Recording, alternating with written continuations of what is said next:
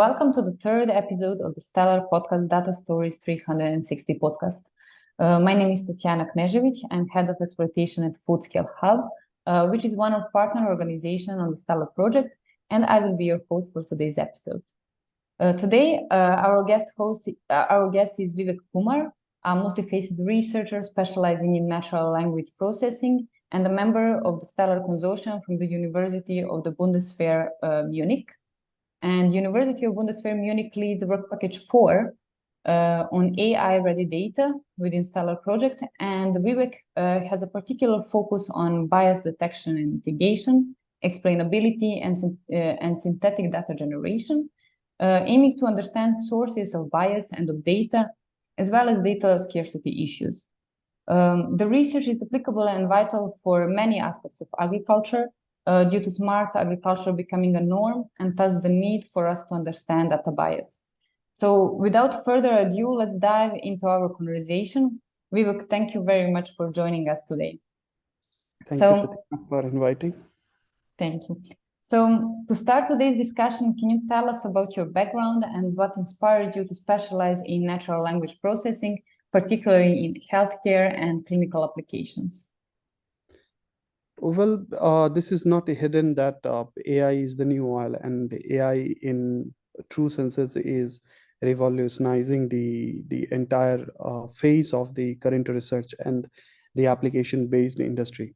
So my motivation was to use AI in some real application where I could leverage it for, let's say, people good, and like implementing it where I can see a direct implementation where it is assisting the human or taking over in certain capacity to reduce the burden or elevate the burden of clinicians and practitioners for better health management and analyzing reports and other things that could come handy and can be very time savvy and helping the clinicians and practitioners.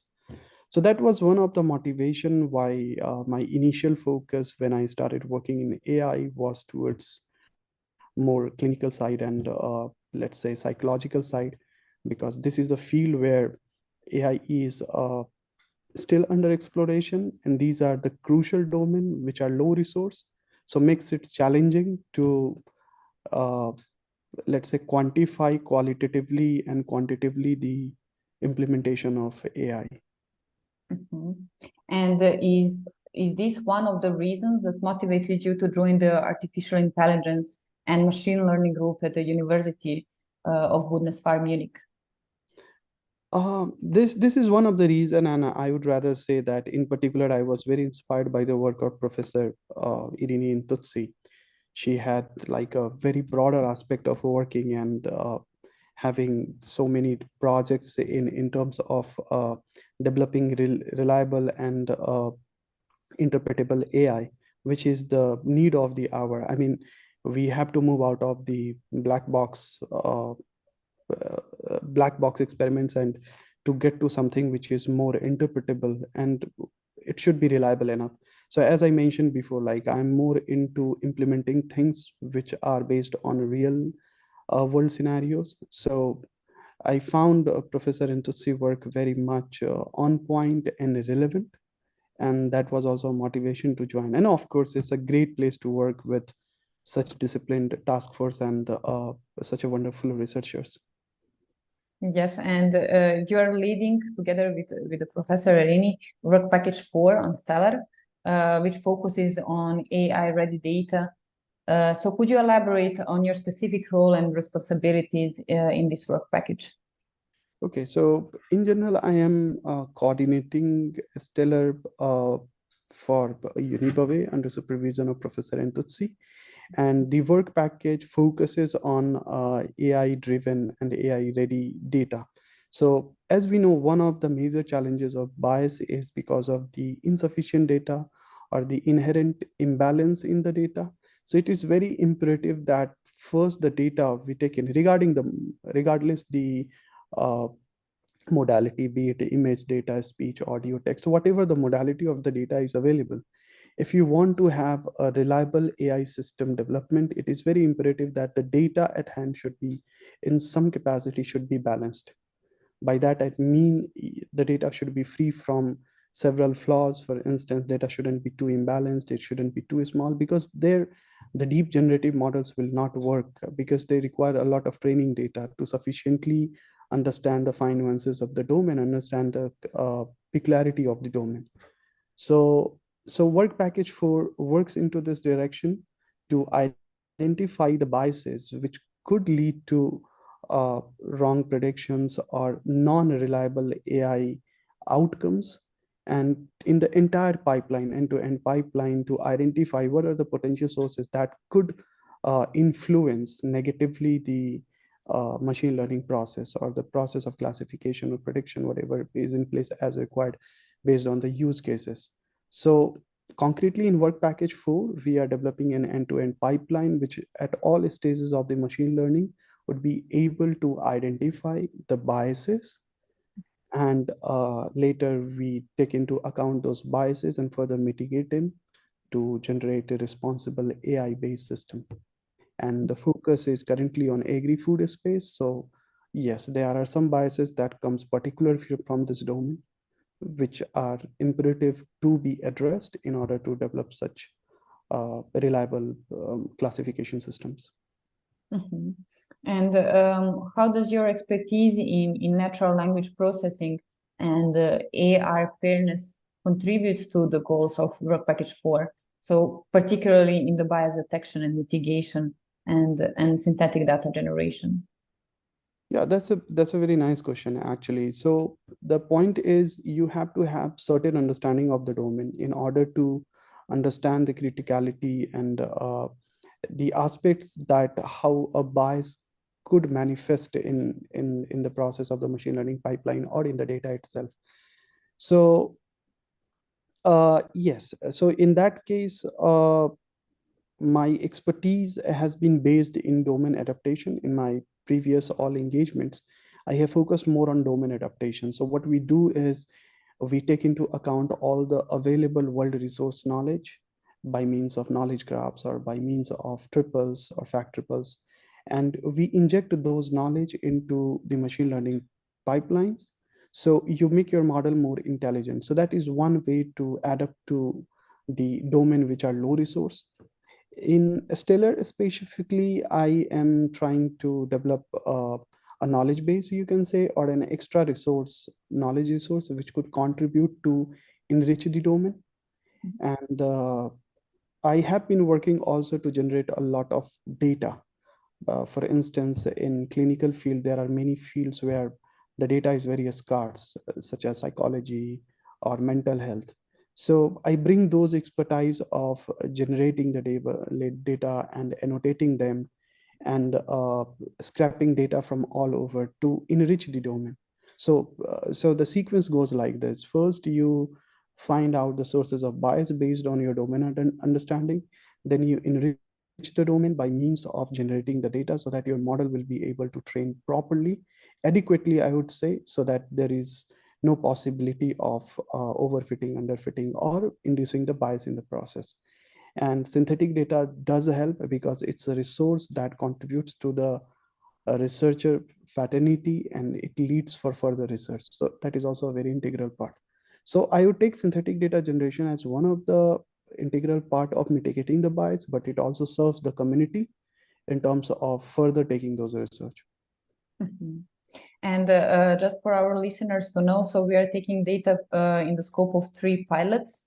We have pilots for the risk assessment, where we are taking data from Agronow company, but we are also working with 2 other pilots with Abaco company and also Vista. Are there any specific data challenges that you can encounter during this process? I would say in agriculture, when we talk about the modality of like the image or the videos, it is much readily available because there is a lot of satellite imaging and like remote sensing things in place, which captures a lot of data. So I wouldn't say those all data enrich the domain, but yes, we don't have that kind of a scarcity of the data as compared to the text data. So for instance, if you want to generalize something in regards of certain allergies or certain cases where a certain contamination could lead to some of the some disease or some medical conditions. So to quantify that automatically, you need a lot of text data in order to understand the nature of that hazard that comes from the food. So in particular, I have felt that the data in the text domain in agriculture is very scarce, and it needs to be enriched in order to actually having some AI thing in place to, practically implement it and help the use cases. So in our stellar, like as you mentioned, agronome is developing those kind of data and helping all of the partners to gain access to it and then further leverage it for the research. So for instance, one of the use cases to identify the sources of bias and also to the hazard classification and identification in the food incidents that were reported to have some kind of hazard elements or some sort of allergy components. So it would be very nice to see how this entire use case manifests at the end of the project, and we see what we are able to develop in sense of a robust pipeline, I would say, which can, because this is a very new domain where the text data is not enough. So you can develop something which can end-to-end predict some biases pertaining to that particular domain, and that can help in generalizing some of the aspects that comes from the food industry. Mhm. And what can you share regarding these innovative methods and tools that your team is developing for bias detection and mitigation in AI models? Okay, so to put in the perspective, I would say that we are developing end-to-end pipeline, which takes into account the modality and the domain peculiarities. So all the bias manifestation that can generate over the stages, different stages. For instance, if the data is unbalanced or there is an imbalanced bias data case, if your text sequence is a bit too long, and your model is not able to process those long text sequences, then you are actually suffering from semantic loss. So that is another kind of bias because that leads to contextual bias. Then there are biases could be based on the region or the demography or particularly intolerant. So for instance, if I have to mention, let's say people in India are more tolerant to lactose compared to the European people. Right. So your products contains a part of the dairy that could vary depending upon the races. For some people, it could be tolerant. For some people, it could be not so tolerant or could be allergic. So these kind of biases, depending upon the data where you have big data from, can be induced, and this framework should be able to identify those biases so that the proper mitigation strategies can be applied in order to achieve the final goal of developing responsible AI methods at the end. Now, when you're talking and explaining everything, it sounds to me very innovative. And I'm wondering, are there any similar solutions already available on the market for the commercialization, or this is something still in the research and development phase?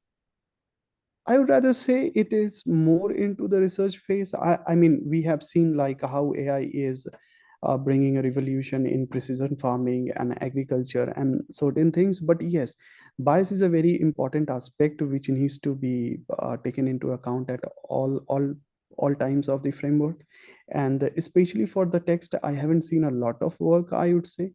Uh, of course, there are parallelly several works are going on, but as far as what is existing in the literature, I could confirm that there are not many work that has been done into this regard, because as I mentioned, this domain is very low resource. So low resource implied to lesser lexical and textual resources available. That means it is still under quite some exploration.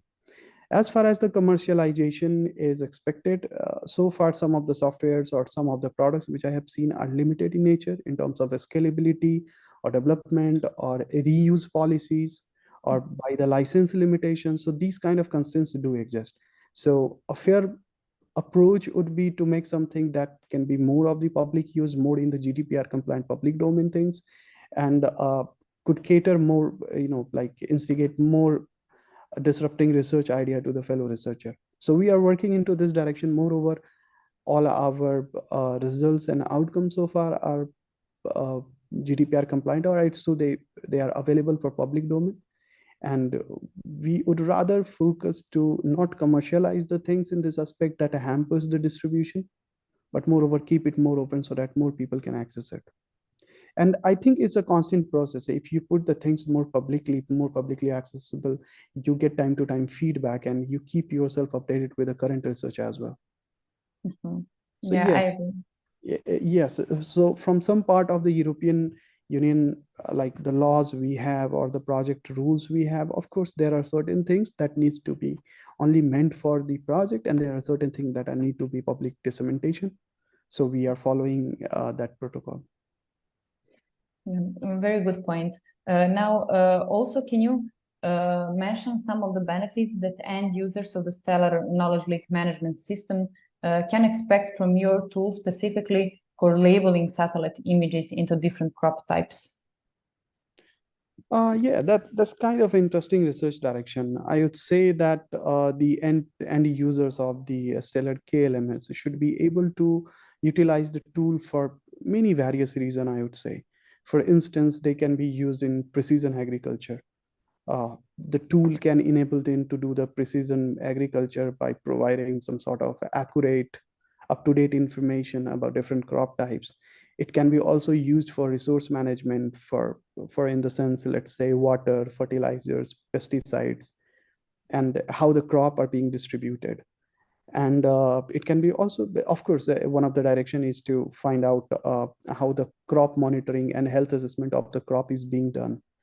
Yield prediction is a very important aspect as well. So because the weather has a paradigm shift every year. We have seen that the temperature is rising, or the climate or the seasons are being moved forward or backward in the preceding years or in the subsequent years.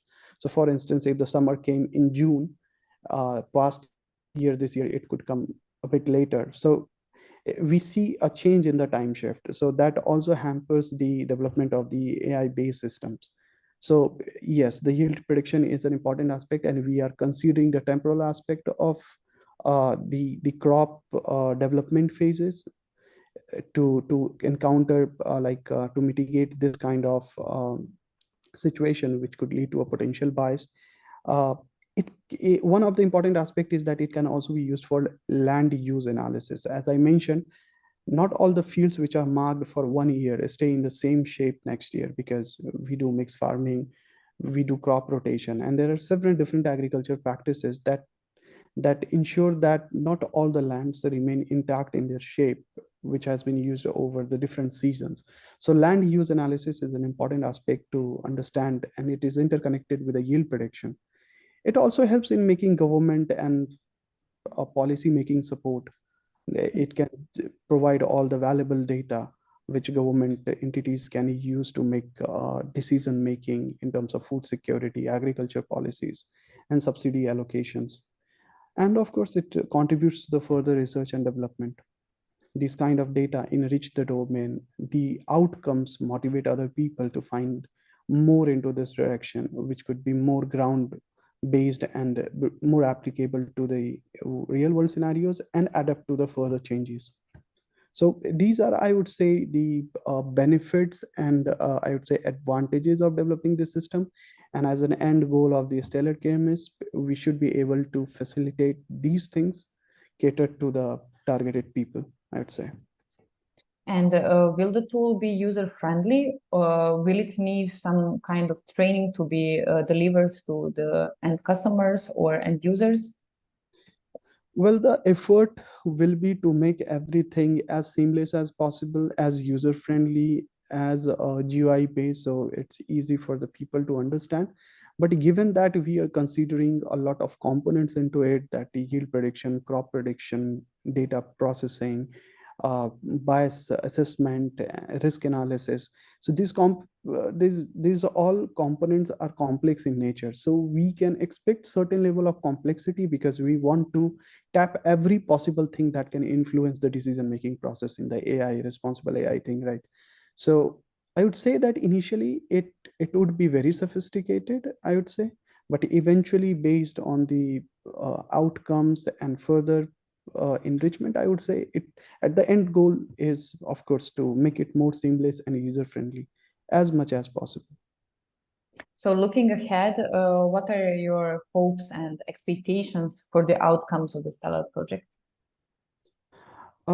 Because the STELAR project is focusing on agriculture, the first and the foremost priority is to contribute valuable things to this domain. As I mentioned before, it would be nice to have resources that could enrich the domain, agriculture domain, holistically looking at the different challenges that the agriculture industry faces because of the weather, because of the land, demography, temporal aspect, and consumption, and also say market requirements. So I hope to develop all together with the team of the STELAR. We are on a very good track, and we are in the process of culminating all those research ideas and the components together. And I think we will have a nice tool and an interface and system in place by the end of the project, which could be very helpful in understanding the challenges of this particular domain, understanding the crops, their growth, the land acquisition and the process of distribution, and of course, contributing to policy making and decision making processes as well. Well, thank you very much, Vivek, for being here with us today and for sharing such insightful information. It has been a pleasure. Thank you. And of course, we are looking forward to your further contributions to STELAR innovations and future impacts.